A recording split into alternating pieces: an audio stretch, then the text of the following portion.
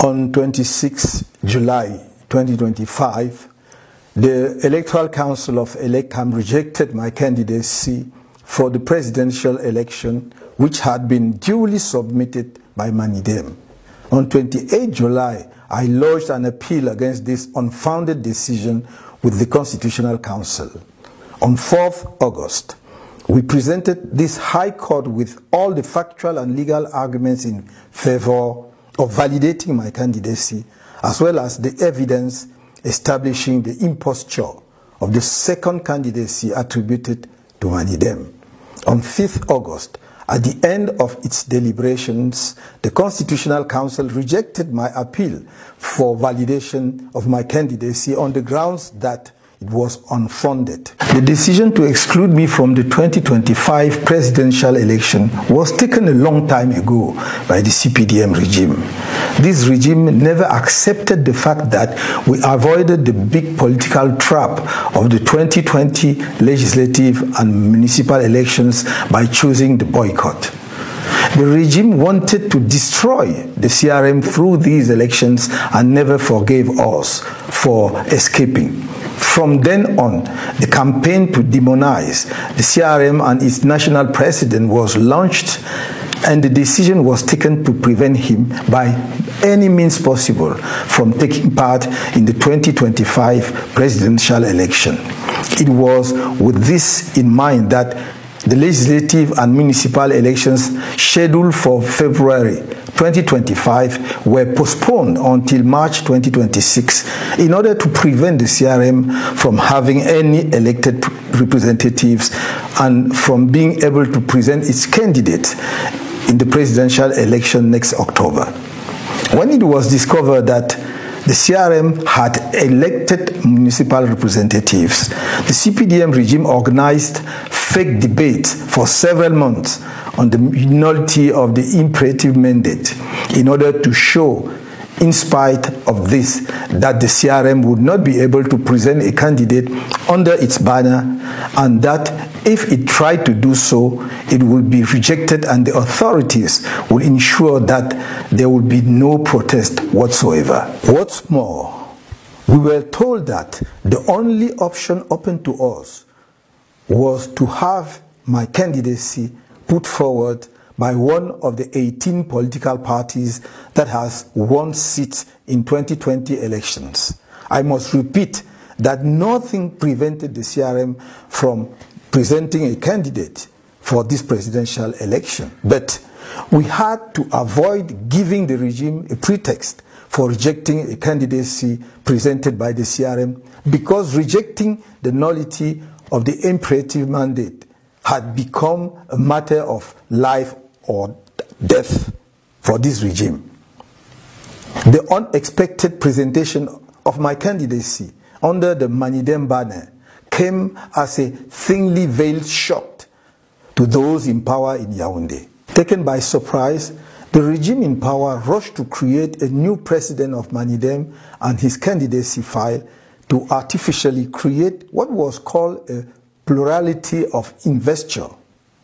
Cameroonians, my dear compatriots, I would like to extend my warmest thanks to the many people who have tirelessly shown me their patriotic and democratic support during this episode, which has just been resolved before the Constitutional Council on Tuesday, 5th August 2025.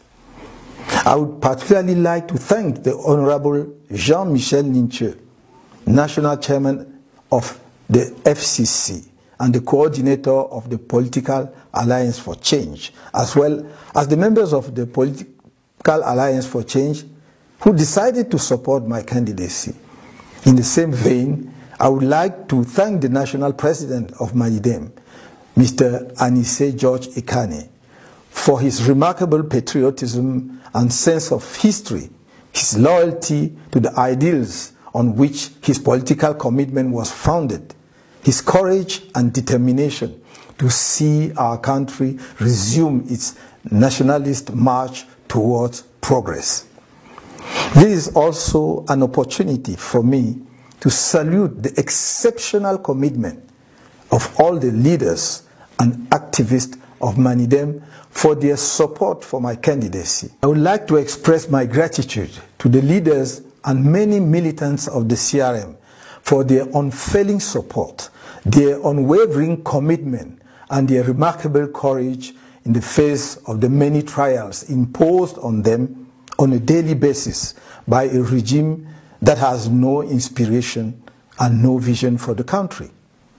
My dear compatriots, I have told you again and again, I will not betray you. And I have not betrayed you.